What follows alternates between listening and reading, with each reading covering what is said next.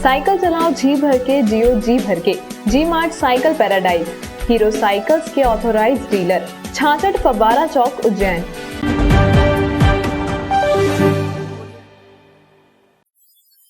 नमस्कार, न्यूज मालवा के आज के बुलेटिन में आप सभी दर्शकों का स्वागत है और मैं हूं श्रद्धा पंचोली। बढ़ते हैं न्यूज मालवा के आज के बुलेटिन की और आज देखते हैं आज के बुलेटिन में क्या है खास।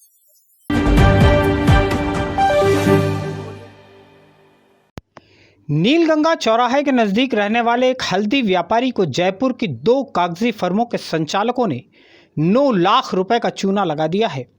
जयपुर के इन दोनों ही व्यापारियों के खिलाफ धोखाधड़ी का अपराध दर्ज किया गया है। ठगी की यह घटना व्यापारी राकेश पिता रामेश्वर दयाल के साथ हुई है।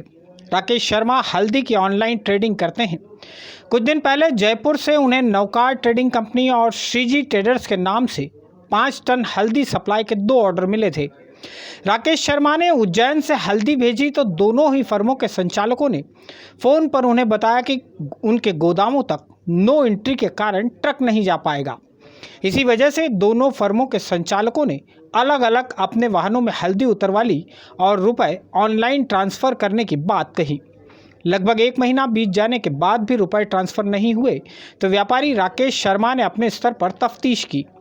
पता चला राकेश जैन और विकास देवड़ा नामक शख्स ने 2 बोगस फर्म बनाकर उनके साथ धोखाधड़ी की है।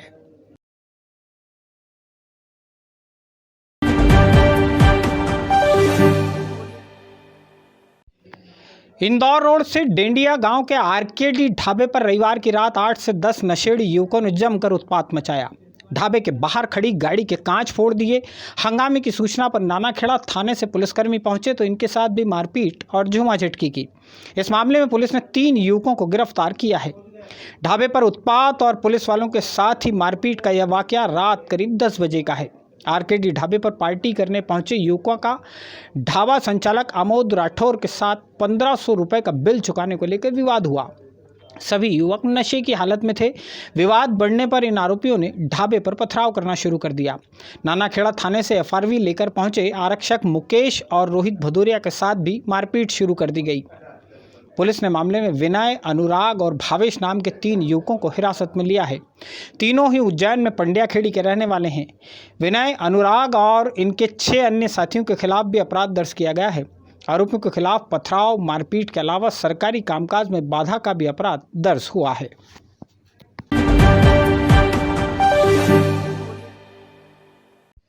जिले में एक बार फिर से वैक्सीनेशन की रफ्तार मंद पड़ गई है। वैक्सीन का स्टॉक नहीं होने की वजह से सोमवार को वैक्सीन सेंटर बंद रहे। 13 जुलाई को भी वैक्सीन सेंटर्स पर ताले डले रहेंगे। शनिवार और रविवार को भी 2 दिन तक वैक्सीन सेंटर बंद रहे। जिले में 10 जुलाई को केवल 47 वैक्सीन डोज लगाए जा सके। इनमें से 16 लोगों को पहला और 31 लोगों को दूसरा डोज लगा। 9 जुलाई को केवल 225 ही लोगों को वैक्सीन के डोज लगाए जा सके हैं। इनमें से 217 को पहला और 8 को दूसरा डोज लगा। उज्जैन जिले में अब तक की स्थिति में 9,37,337 लोगों को कोरोना रोधी वैक्सीन के डोज लगाए जा चुके हैं। 8,12,686 नागरिकों को वैक्सीन का पहला और 1,60,651 लोगों को पहला और दूसरा दोनों डोज लग चुके हैं। जिला टीकाकरण कार्यालय से मिली जानकारी के मुताबिक मंगलवार तक जिले को 2 लाख वैक्सीन और मिल जाने की उम्मीद है। इसके बाद ही दोबारा से वैक्सीनेशन ड्राइव पटरी पर आ सकेगी। फिलहाल केंद्र और राज्य सरकारों का ध्यान उन शहरों व जिलों पर ज़्यादा केंद्रित है जहां वैक्सीनेशन काफ़ी कम हुआ है। इसी वजह से उज्जैन सहित मध्य प्रदेश के कई शहरों में वैक्सीन सप्लाई रोक दिया गया है।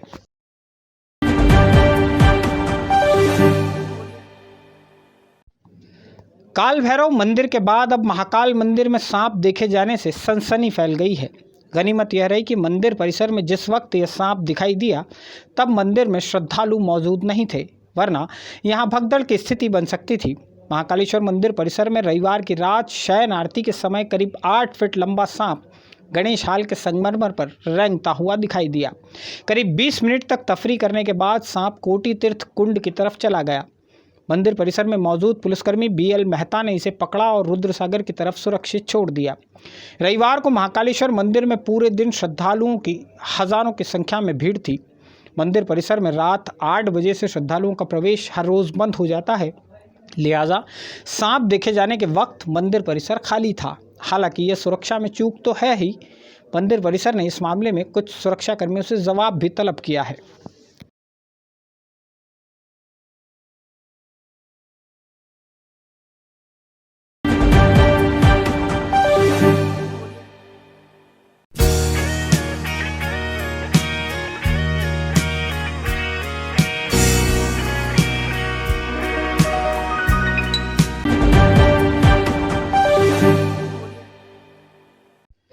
आगर रोड के राजीव नगर चौराहे पर खड़े एक ट्रक से अज्ञात बदमाश चॉकलेट के 3 कार्टून चुरा कर ले गए हैं।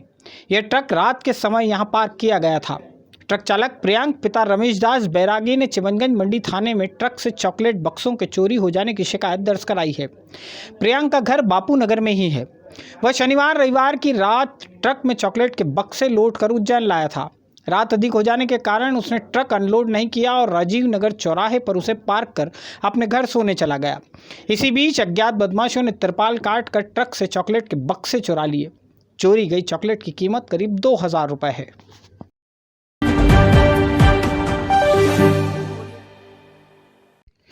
आषाढ़ कृष्ण पक्ष के दूज को भगवान जगन्नाथ बीमार होने के बाद स्वस्थ हुए, लेकिन इस बार भी कोविड काल के कारण वे शहर भ्रमण नहीं कर पाए। मंदिर के परिसर में ही भगवान की सांकेतिक यात्रा निकली, लेकिन भक्तों का उत्साह जरा भी कम नहीं हुआ। दरअसल पिछले 2 साल से कोविड के कारण भगवान जगन्नाथ की यात्रा शहर में नहीं निकल पा रही है। उज्जैन में खाती समाज एवं इस्कॉन भगवान जगन्नाथ की यात्रा निकालते हैं। इसके लिए पुरी के समान ही रथ बनाया जाता है और उस पर बैठाकर भगवान जगन्नाथ, बहन सुभद्रा और भाई बलराम भ्रमण पर निकलते हैं। इस बार भी दोनों यात्राओं की तैयारी तो जमकर की गई, लेकिन कोविड काल को देखते हुए प्रशासन ने यात्रा की अनुमति नहीं दी। लिहाजा मंदिरों में ही पूजन की परंपरा निभाई गई। इस्कॉन मंदिर परिसर में ही श्रद्धालुओं ने प्रतीकात्मक यात्रा निकाली। झूमते नाचते भक्तों ने मृदंग की धुन पर नृत्य भी किया। प्यारो पंडित राघव दास ने बताया कि आज भगवान जगन्नाथ की यात्रा है। आज ही के दिन भगवान स्वस्थ होकर भ्रमण पर निकलते हैं। के दिन भगवान जगन्नाथ स्वस्थ होकर अपने नगर भ्रमण के लिए निकलते हैं। दुर्भाग्य से कोविड की वजह से शहर में उनका भ्रमण नहीं हो पा रहा है, लेकिन हम परंपरागत रूप से उनका पूजन अर्चन यहाँ पर करने जा रहे हैं।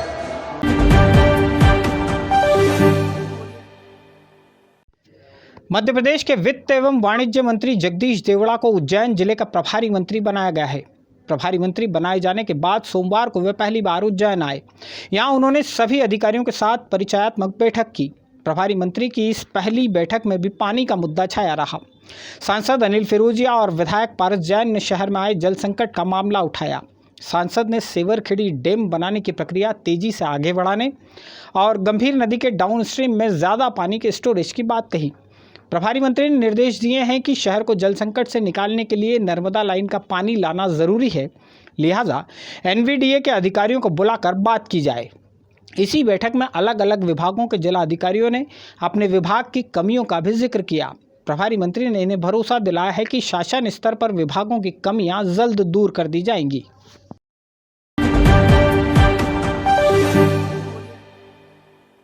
न्यूज मालवा के आज के बुलेटिन में फिलहाल इतना ही। न्यूज मालवा को लाइक और शेयर करना ना भूलें, साथ ही अपने सुझाव कमेंट बॉक्स में जरूर लिखिए। तो आज के लिए फिलहाल इतना ही। अगले अंक में आपसे फिर मुलाकात, तब तक के लिए दीजिए इजाजत। नमस्कार।